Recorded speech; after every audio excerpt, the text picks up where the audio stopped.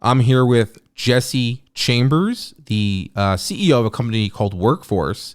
He's actually been working on it kind of stealthily for the past, what was it, Jesse, like a year or so? And Almost 2 years. almost 2 years. Yeah. Wow, wow. So yeah, so it's all about he's been on this train before the train even got going, basically.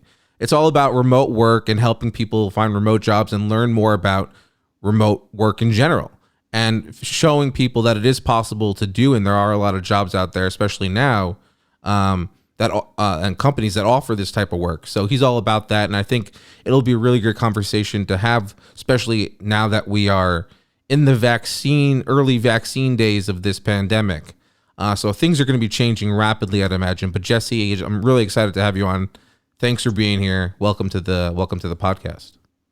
Really excited to be here. Thanks for having me, Jeff. So before we get into anything, let's talk a little bit about who you are and what you do on a day-to-day basis. I see it looks like a campground in the background. So first of all, where are you in the world right now, and how is everything going for you? It's a good question. Things are going great. We're a moving target, Jeff. So it's a good place to start. I live in a 27-foot Airstream trailer with my wife and my 7-pound Chihuahua named Marco. And today we are in Las Vegas at a RV resort here in Vegas. It's a very, very Vegas RV resort, but we travel around the country. We've been doing that for about 2 years. We visited 39 states in that time and have stayed everywhere from, federal land in the middle of nowhere outside of Sedona, Arizona, to sort of a semi-posh RV park in Las Vegas. Tell me, do they have slot machines at that RV park? It's in Vegas, of course. They have Of course they do. Station in Vegas. Of course. Yeah. I just had to ask. So you've been working on Workforce now for almost 2 years, and tell us how you got into this, because obviously you've been doing this, living in the Airstream trailer for I think just as long, if not longer. And so you're well versed in all this. How did you get into remote work and wanting to be a champion of it? Well, so the two things are very connected. So for the better part of 2 decades, I had a pretty traditional career. I was a digital media executive in the Bay Area. I lived in San Francisco, and really, I sort of became a remote worker by accident. I had to travel a lot for my job. I was flying around to different cities. My company was based in New York, so I was spending on average 1 week per month in New York, but then traveling nationally and internationally the rest of my time. And sort of one day I looked around and realized I was working remotely. When I was in San Francisco, if I needed to be in the office, I was in the office. If there was a reason for me to be at home, whether I had an appointment or I had gotten in on a late flight the night before, nobody was going to say, where's Jesse? If I wasn't in the office. My team had enough confidence in me. Essentially, I was treated like an adult, right? Right. Yeah. And so really the journey with Workforce began. My company was going through a merger. I had been there for more than a decade. I said, maybe now is the time for me to start looking around. And as I thought about what it was that I wanted, in my career, in my next role, it wasn't so much about where I wanted to work or the company or the role. I knew that would kind of fall into place. For me, I knew that I had to have I couldn't go back to a traditional office-based 9 to 5. I had sort of tasted the freedom that remote work allows and provides, and I knew that I didn't want to go back to that. And as I began that job search, I quickly ran into a wall. I wasn't able to find media brands that would help me get smarter about remote work or how to do that better or how to find jobs, or even, really actionable job boards that would allow me to search for roles. And I had a real frustration for about 30 seconds. And then I said to myself, wait a minute, idiot, you know a thing or two about building and running digital media brands. If you wish that this existed, maybe other people would too. And that sort of began the journey of founding Workforce. Very cool. I mean, I love it. And one of the things I was thinking, what made you so? I mean, so obviously you had an experience of your own, right? Where that essentially made it clear to you that this was something that you could do. And then how did you realize that? What made you more bullish on it, that other people were looking into doing this, or that there was a real demand for it? Like, who were you talking to that made that clear to you? Because obviously this was pre-pandemic. Yes, a couple of years pre-pandemic, and to be clear, it wasn't as if I had this insight and I founded the business the next day. You know what I mean? Mm-hmm. Like there was a long period of reflection and investigation and sort of poking the idea. And really for me, it comes down to this transition was taking place and really has been taking place for several decades. And it all comes down to, digital transformation. The availability of, broadband, high-speed internet, the fact that you can't buy a laptop without one of these things these days, the fact that the smartphones that we all carry in our pockets are 30 times more powerful than the most powerful desktop computer from 15 years ago, all make distributed work and remote work, especially for knowledge workers, in my view, an inevitability. And I knew that from my own experience, and I saw companies taking steps to make that more the norm for their employees. Putting all of our data and systems into the cloud makes it possible.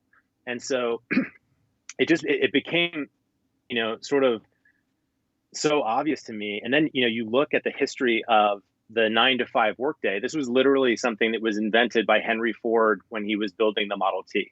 And then it was applied to, office work and knowledge work.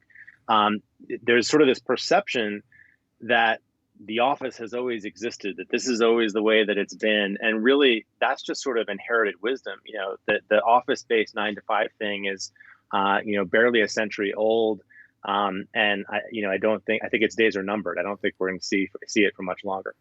Yeah, I have to agree. I mean, and also just to build on that, one of the reasons why the 9-to-5 office job, even for knowledge workers, made sense all those years still, coming from the Model T factory line, was because prior to technology and computers, all the information was stored on papers, and you had to have all these papers and you had to have access to them, and like it it just wasn't really possible. There was no cloud, right? So but now that's a thing, and like, as you mentioned, broadband is ubiquitous throughout the entire country, and even many places in the world, in first world countries across the world, and even now in some third world countries too, through initiatives that are happening through Google and like Elon Musk and things like that. It's just, there's no reason why we shouldn't look forward to the next stage of the evolution of work, if you will, right? I mean, that's essentially what we're looking at, an evolution in how we work. Exactly. In a very natural progression and natural evolution. And, in our view, as I say, we founded Workforce in April of 2019. So this was something that I and my team believed was the way that things were going pre-pandemic. It's very interesting. And obviously, acknowledging and accepting all of the terrible things related to the pandemic and people losing their lives and losing their jobs. But it has been very interesting for those of us who believe passionately that remote work is the future, that there's been this shock to the system. And in my view, really accelerated things by 5 to 10 years, because companies who may have been reticent, companies or employees who may have been reticent to give remote work a try, may have felt that there was too much risk involved, were forced into it. And the reality, I think, has been that, on the one hand, it hasn't been that much of a big deal. The whole system hasn't fallen apart. On the other hand, I think now everybody is sort of beginning to reckon with some of the challenges. And how do we do this in a thoughtful way? If the future is going to be hybrid or remote or more flexible, what are the changes that we need to make either to our systems or to our operations or to our management style? And I think that, those are really crucial questions that, smart leaders need to be asking right now about their businesses. Absolutely. Yeah. I mean, which is a great transition, I think, to the next kind of point that I wanted to talk to you about, which is how is all of this going to affect the hiring process? And what should both candidates and hiring managers expect or and be thinking about when doing this? And now before we get to what you're going to say here, I just want to say I have done a number of remote interviews where one at a company called WordPress, which I'm sure we all know, and they've been a fully distributed team. They're one of the early pioneers of remote work and flexible work and things like that. And the entire interview process was online. Now, it wasn't perfect. I wish there were things that were better about it. But there is room for improvement here. And obviously, for companies that have never done that before, it's totally different. So, curious to hear what you think about that. So, yeah, I mean, I think the hiring process is naturally going to have to evolve on both sides for the candidates and for the hiring managers and the leaders who are trying to operationalize that. I think that in the first place, my macro observation about this is that candidates, in a lot of ways, are now in the driver's seat. I think that, now that everybody's had a taste of remote and flexible work, and I want to be clear too that, Workforce is not only beating the drum for, fully remote work, the laptop on the beach in Fiji. That's great.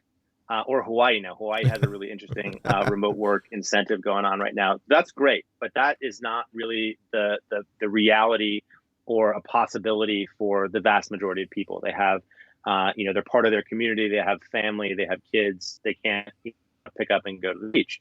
But I think that in general, if companies want to compete for and retain top talent in the future, and the future starts today, they're going to have to offer flexibility to their candidates and to their employees. Because if they do not, there's another company who will, and that candidate or that employee is going to go work for the competitor who's going to offer more flexible terms. And so I think that candidates need to understand that that's something that they are empowered to ask for today, to demand. You don't want to make demands in the interview, but they can ask for that and they'll get that. I think that hiring managers need to acknowledge that as well, and make that flexibility a core component of their benefits package and what they're offering. And I think the answer that I would give, the other thing that I think hiring managers and chief people officers and human resources people need to do is exactly what you just said, is to be really intentional about a hiring and onboarding process for remote workers. It's just not the same as being able to do that when you have a physical co-location and you're in the same room and you can walk them around to people's desks. It's just a little bit different. It's not that it's impossible to master. And as you say, there's a lot of companies, whether it's WordPress or GitLab or Zapier, who already have done a lot to evolve that process and make it really positive for the hiring managers and for the people being onboarded. One of the things that we've done at Workforce is to create sort of Cliffs Notes versions. A lot of these companies, GitLab, Zapier, TopTal, open sourced their remote work playbooks at the beginning of the pandemic. The challenge is that these things are all like 150, 180 pages long.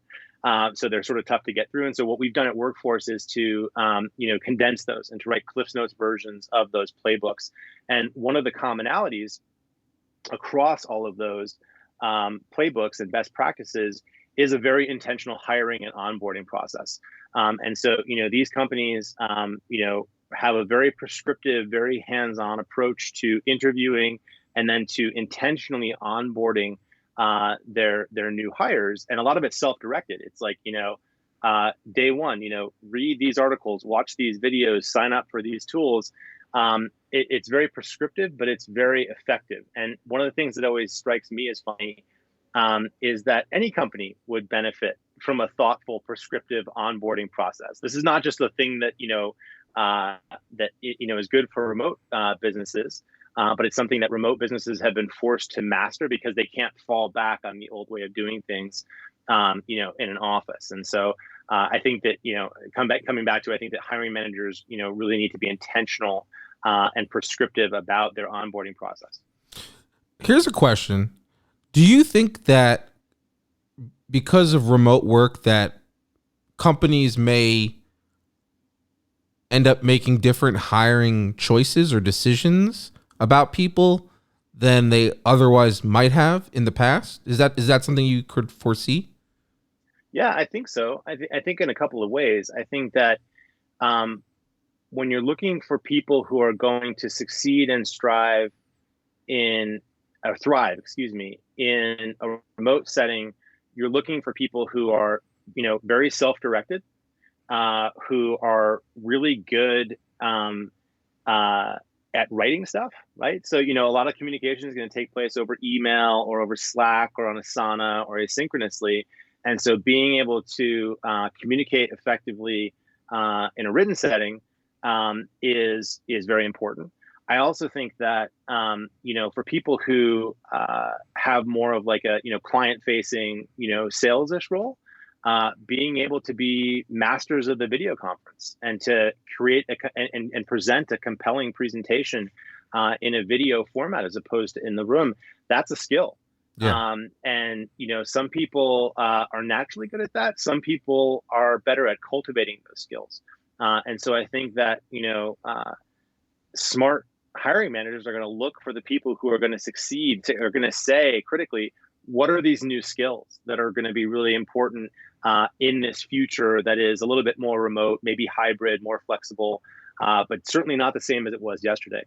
What are those skills, and who are the applicants for a role who are going to thrive in those with those skills? Yeah, definitely. I'm wondering though, like, so we didn't really touch on this when we were talking about hiring, but I think it's worth bringing up, and that's incentives, and perks, I guess, if you will, that a lot of companies, especially in the tech space, have been offering over all these years. Free cafes, free food, restaurants, childcare, massages, gyms, anything you could think of, they've pretty much covered with a The ping now. pong table. Yeah, ping pong, anything, all that stuff.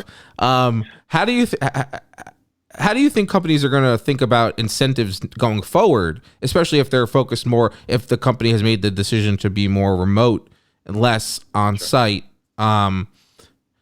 Even if it's a hybrid model, how do you think like, because I mean these things cost money, so this could, if they're not in the office taking advantage of these things, these perks, will they be kept? Yeah, I think it's funny, having worked in the Bay Area at a tech company. Um, we always would sort of laugh at the arms race of perks in that way, like having a papa shot in the office or a ping pong table. The reality is that 90% of the people in that office would get really annoyed when somebody would start playing a ping pong game because we had an open office concept, and it's like, I'm trying to have a call right now, and I'm hearing somebody playing ping pong 5 feet away from me. I'm not sure that was ever a benefit for the majority of people, Right, in one right. of those settings. That said, there were things that people really enjoyed, the snacks and the food and all that kind of thing. The thing I would say is that, first and foremost, flexibility is the number one benefit that needs to be offered. There's a lot of data out there. I read a really interesting report that said that for 35% of respondents to the survey, flexibility was the most important benefit that an employer could offer them, as in like more than healthcare, right? So that It's tells you crazy. the importance for businesses to offer that flexibility. I would say that as things reorganize into a new normal, what I would argue would be a more remote and certainly more hybrid model future.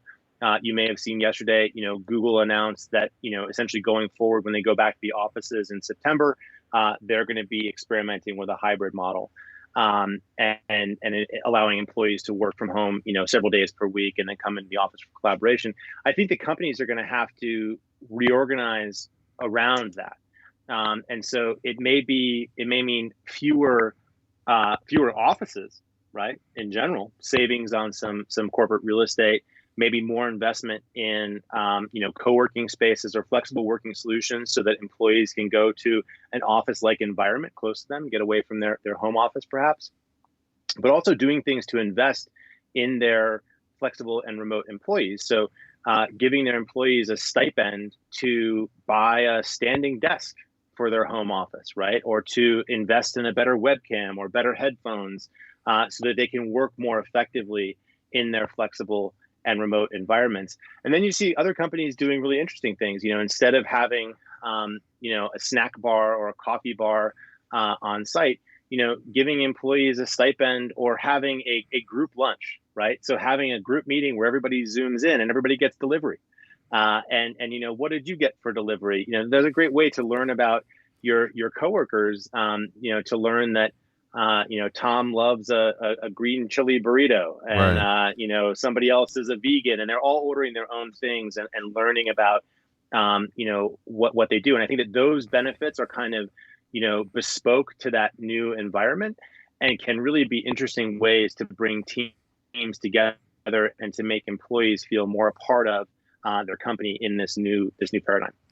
Yeah, I one of the things that just popped in my head when you were talking about at the end, like sharing what you eat, what everyone got from delivery, that Uber Eats commercial with Mark Hamill, and Yeah. yeah, and now Right. they have one with Simone Biles, I think too. But so everyone like sharing, yeah, that's great ways to bond, especially in a remote environment where there's not that water cooler type talk, that everyone's always talking about, where you can't gather around the water cooler and discuss whatever, late the game last night or whatever. Yeah. I, So, well, I think you can gather in that way. You just have to be intentional about it, right. right? You just Yes. have to say, look, we're going to take this time, and, we're going to block out 45 minutes for coffee or lunch on the calendar. And you know what? Like, we're not going to have a presentation during this time. We're not going to have a client call in. We can talk about work stuff if it comes up, but let's not. Right. Let's talk about what's going on, and I think that that's the kind of thing that if you take the time, if you're a manager or a leader who takes the time to do that, it really benefits the culture and the employees of the business. For example, like one thing that we do at Workforce, the first 10 minutes of every meeting is reserved for not working, for catching up. What's going on? What's the latest with your family? Just really sort of BSing, and building those relationships on a personal level before we dive into what's on the business agenda today. Super. I think that's super important. I do the same thing when I do my business my business meeting calls on with my team, and I always like to catch up with them and seeing what's going on in their life. What are they working on personally? How do they feel? What are they thinking? Blah blah blah. All that stuff. It's super important because I not only do I care, but it's important that I'm on the same page as them. So I understand what they're going through, so I can help manage them more Yeah. effectively, and make sure that that they're getting what they need, so they can get what they have to do done. So I wholeheartedly agree with that, and I think that's super important, and should not be overlooked in this transition. And I worry that it might be in some companies, but it definitely should not be, because it is something that is super important. You have to build in order for your team, especially that you're managing, to be effective and efficient. They need to get along. They need to know each other. They need to be on the same page with each other. So I totally agree. I think I'm glad to hear. Yeah, I mean, and it's because you and I have seen the value in it, Yeah. right? I think that the only thing that I would add to that is it's really crucial that the managers and leaders set the tone by living it, right? So, literally the first 10 minutes of every agenda in my company is like, not work, like just catch up, BS time, right? And it's one thing to put that on the agenda, or one thing to say that you're going to do that in a meeting. It's another thing to model that behavior to the team. And I think that that's the really crucial thing, is that the managers and leaders have to follow through. They have to, really engage with their team in an authentic way. They also, frankly, have to show that, things are going to happen in a remote work environment. Like, I think it's so powerful when a leader or a CEO, and you hear some of these anecdotes in the media, when their kids run in and interrupt a board meeting, on Zoom. Yeah. Like, and if the CEO or the manager like loses their cool and blows up, that sets the tone that that's not okay for the other employees. And if the manager, the leader, or the CEO says, "Hey, everybody, like, really sorry about that, but this is my 5-year-old daughter. Like, say hi, honey." Like, that's so much more powerful, Yeah. and really helps the employees in that organization understand, hey, it's okay. This is going to happen to me too. If my leader is modeling that behavior, I have permission to do the same thing too. It's literally just being human, right? It's just, Yeah. things happen out of your control sometimes, and there's nothing you can do about it except kind of embrace it, and go and just move on from it. Just embrace it and then move on from it, and just continue on with what you're doing. And freaking out about it's not going to make it any better for you or anyone else. So No. yeah. But I want to talk something about something that I think is super important, which is something we've actually talked about before, which is separating your work life, especially when you're working remotely at your home most of the time, and your personal life. That is something I have struggled with in the past, and thankfully, I think I'm finally getting it under control now.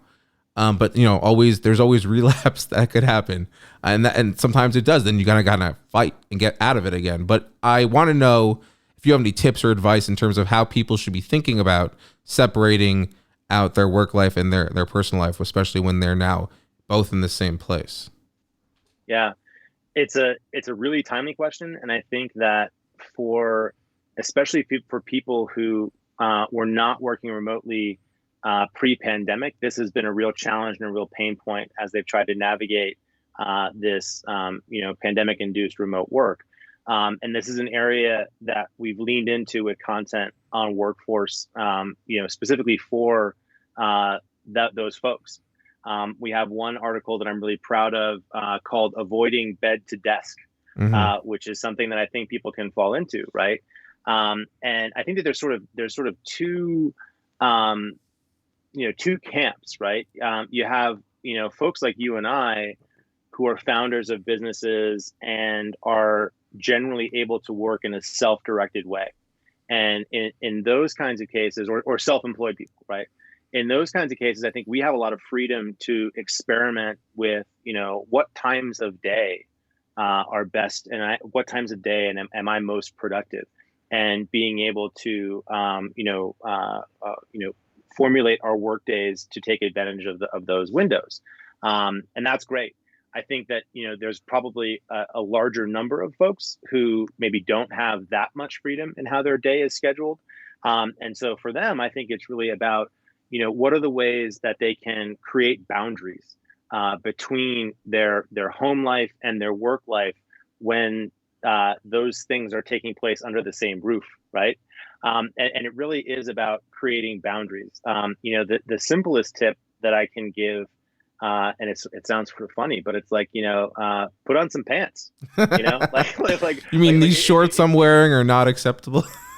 Yeah, well, I mean, just I think the sweatpant category is probably booming right now, right? Yeah. And that's great, and everybody should be comfortable. But I think that for me, making getting in the shower and putting on a non-sweatpant pair of pants, it is a change. It's a mindset that change. I can signal to my body. Yep.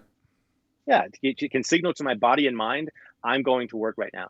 I think if you can, if you're lucky enough to have a home office, really being intentional about what it is that I do in that space and how long I am there, and what it is that I leave when I leave that space, right? So, I think for folks who are able to, leave their cell phone in their home office and try not to, check email after they step away. One of the fascinating things that we've seen, because so much data has come out of this experiment, with the pandemic, and one of the things which was suggested based on research pre-pandemic, but certainly has been proven out with the data that we've seen, during and post-pandemic, is that when people work from home, the manager and leader fear is always that people will be less productive. They'll be distracted. They won't work as well. They'll be less productive. And the reality is that people are working longer hours, and they are in fact more productive working remotely and working from home than they were in the office. And I think that the challenge is, stepping away, developing those boundaries that work for you, and drawing a line and saying, I'm done working at whatever time it is, 5 or 6 p.m. unless there's a 5 alarm fire. I'm just done with it. I'm going to go walk the dog. I'm going to go for a bike ride or get some exercise or go to yoga or do something like that. Yeah, I mean, one of the things I do is I leave my phone in the office every night. Once I'm out of the office, phone's connected to the charger, and I leave it there. Now, the reason I do that is because my iPad I normally use to like watch videos or TV or movies when I'm just or reading an article or a book or whatever. And I normally, it's not something I check my email on that frequently. So it's my mindset when I'm on my iPad is to not be doing work. So so I found that to be helpful for me. One of the other things I think that's important and that I wanted to bring up with you is the fact. So we talked about flexibility, right? And how flexibility is the name of the game here, especially going forward, especially what employees are looking for moving forward, what companies are going to need to have to provide. Now, what we've seen in the past with remote work, and I think that's probably still true today for the most part, even in the pandemic, is that the hours are still being set by the company, I would imagine, in most cases. Do you have any thoughts in terms of being, and when you say flexibility, are you a proponent of assuming it's possible that the employee is able to set their own kind of schedule, as long as they meet their deadlines and get their work done and things like that? How do you think companies should offer that? If they should offer it, then how should it be implemented? Is it like an immediate thing, or is it kind of like a probationary thing that, until you can kind of prove? Like, how should we be thinking about this? Yeah. I mean, the real answer is that every company is different, and so every company needs to, find a way to offer flexibility that's going to work for their business and with their employees and in their culture, right?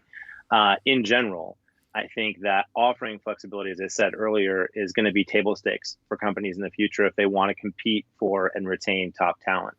That said, I think that, there's a lot to be gained from treating business people like business people and adults like adults, right? And so, if you can offer to somebody and say, hey, we have a policy in general of, 2 work from home days per week and 3 days in office, I think it'll shake out very organically. What are the dates of the team meetings, and does the manager want people in the team meetings to be in the office? There are some companies where, I have a founder and advisor who, always, like, Tuesday is sacred. Tuesday is her days to meet with her team. And so, no external client or investor or advisor can book time with her on Tuesdays because that's for her team. And so I think that, those kinds of practices and those kinds of policies are really important to think about and to implement for companies. But, in general, I think it'll happen more organically. But I think that, flexibility is going to be so crucial for people to embrace and to, certainly to offer within their companies. What do you think in terms of the innovation that's going on in this space right now? I mean, we've seen the launch of companies like which by Phil Libin, which is they want to help people present better, and they've created some really cool tools to let people do that. Where else would you like to see kind of innovation take place within this remote work era? Well, you mentioned one of them, right? I think that, we're going to see, and we are already seeing, an explosion of, purpose-built tools and solutions. A lot of the tools that we're using that power remote work right now, tools like Slack and Asana and Dropbox, are sort of legacy, right? Like, they were actually built for office-based model, but people are applying them to remote models now. And so I think we are seeing, and we will continue to see, more purpose-based tools and solutions that are really driven towards remote work. And I think we're also seeing some of those legacy tools and systems like Dropbox. Drew Houston announced, several months ago in September that Dropbox has completely reorganized their product pipeline. to, all centered around remote work. And they have moved to a fully remote model as a company, but they're it's a big public company, Yeah. totally re-engineering their roadmap so that they can build around remote and distributed work in the future. So that's really interesting and really exciting. I think we'll continue to see more of that. The second, you ask about innovation, and this is maybe counterintuitive, but I think that one of the ways that we need to innovate is by a sort of back to basics managerial training. I think that so many managers, and I say this, and I want to put an older version of myself in this category. So many managers are promoted to a managerial position, because they were really good at the job that they're now managing, right? Mm-hmm. And they don't get a lot of thoughtful managerial training. That's just a fact, right? And I think that we need to give managers more of those tools. The reason being is that when you don't have a lot of thoughtful managerial training, you fall back on the things that you can see with your eyes. And one of those things is Jeff at his desk and does he look busy? That's what we call like the 9-to-5 butts in seats manager, Mm-hmm. right? And I don't blame these people, because they're observing a metric that is readily available, right? But when you don't work in an office, or when you work in an office less, and so instead, I think it needs to be about setting appropriate goals and tracking against those goals. If managers are able to communicate clear goals to their teams and to track progress on a regular basis with those teams, they will then be able to measure their team's output more effectively. And it really needs to be about measuring output, not input. So not how many hours you're putting into the job and can I see you and do you look busy for 8 hours a day? It's, is Jeff, meeting his goals? Is he turning in his projects on time? Does he have good customer satisfaction scores? It's like all these things that are actually what matters, not how many hours somebody's sitting at a desk. Right. And so I think that they're really, a back to basics approach to management and to managerial training is going to be really crucial, because managers won't be able to rely on some of these, sort of bad habits that have developed over time when they're able to manage, in an office. Yeah, definitely. I think you hit the nail on the head there. And one of the things I keep thinking about is how many managers there are now who have been managing in the way you just described, but have been forced into a to manage from afar, because now they're working remotely. And I think you hit the nail on the head again when you said how it's very important that there's training, that the companies that are especially that are going and jumping aboard this remote first train, like Dropbox, for example, and Oracle, and all these guys, that they reinvest time and money into making sure their managers are effective at managing their teams still, Exactly. even remotely. Yeah. Yeah. I mean, these are not bad people. Certainly, they're not bad. Yeah, absolutely not. Even they have not been supported as well as they could have been by the companies that have grown them and given them these opportunities. And so I think it's really exciting for that reason. I think it's a great opportunity for companies to reinvest that time in those managers to make sure that they are equipped for management, and then equipped for remote management or hybrid remote management, and sort of this new paradigm that's coming around the bend. And the good news is that this isn't something that we have to invent. You know what I mean? Right. This all exists. of this already exists. This exists. There's a ton of great stuff out there. And I think that, that's why I say a back to basics approach to management and management training is going to be something that I think a lot of companies can do really quickly and really efficiently, because it exists, that can really supercharge some of these teams and some of these managers who are now going to be managing in a remote or a hybrid remote scenario. Yeah, absolutely. Last question I have for you before we get to the lightning round. So we're in this pandemic stage, as I mentioned early in the episode. We're now at the current early stages of the vaccine portion of this pandemic, where early first responders and doctors and medical workers and healthcare workers are all being vaccinated right now. So that's great. And as the vaccine is continually distributed throughout the country and the world to more and more people, even better.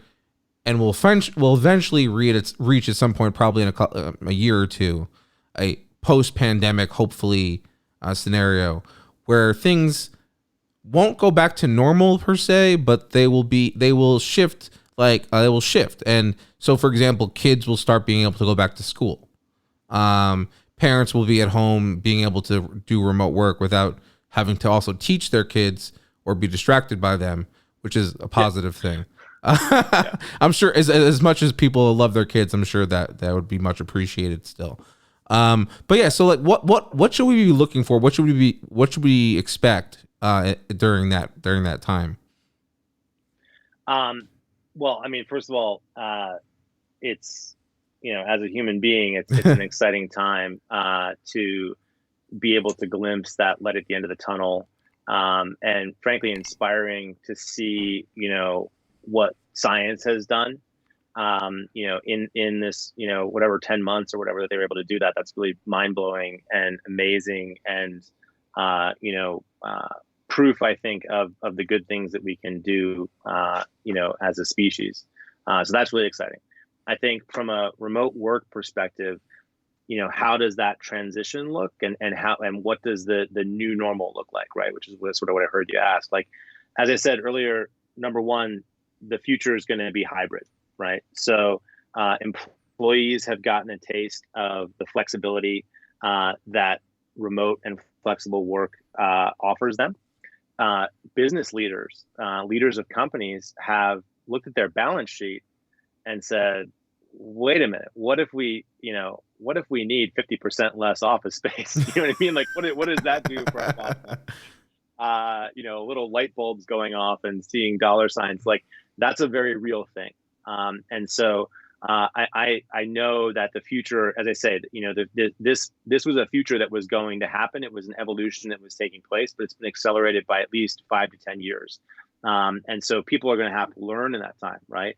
I think that as we move towards that, you gave the example of the kids going back to school, and I think it'll move towards more of what I call the ideal state of remote work.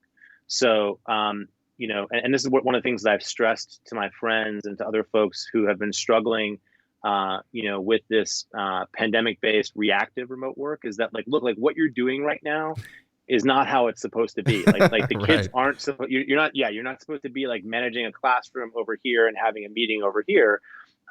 You're also supposed to be able to get out of the house and go work at a coffee shop or go work at a co-working space. Right. And so I think that as those options begin to open up to people who maybe have not been having a great experience with remote work, are going to see that there is a better way to do this, and that the ideal state is better than this reactive state.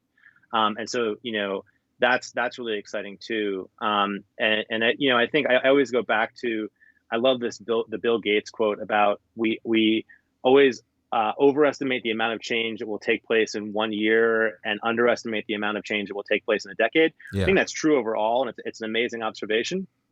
There might be a little asterisk on that, for 2020, that we may have to, we may not have overestimated the amount of change that can take place in 1 year when you have a shock to the system, like we've seen. And so I think that it's really going to be about that hybrid future, about a more of an ideal state, but still a period of adjustment, and still companies needing to understand what works best for their culture and how are we going to actually implement this, and being really thoughtful and more strategic about how they're going to operate and navigate into this new future.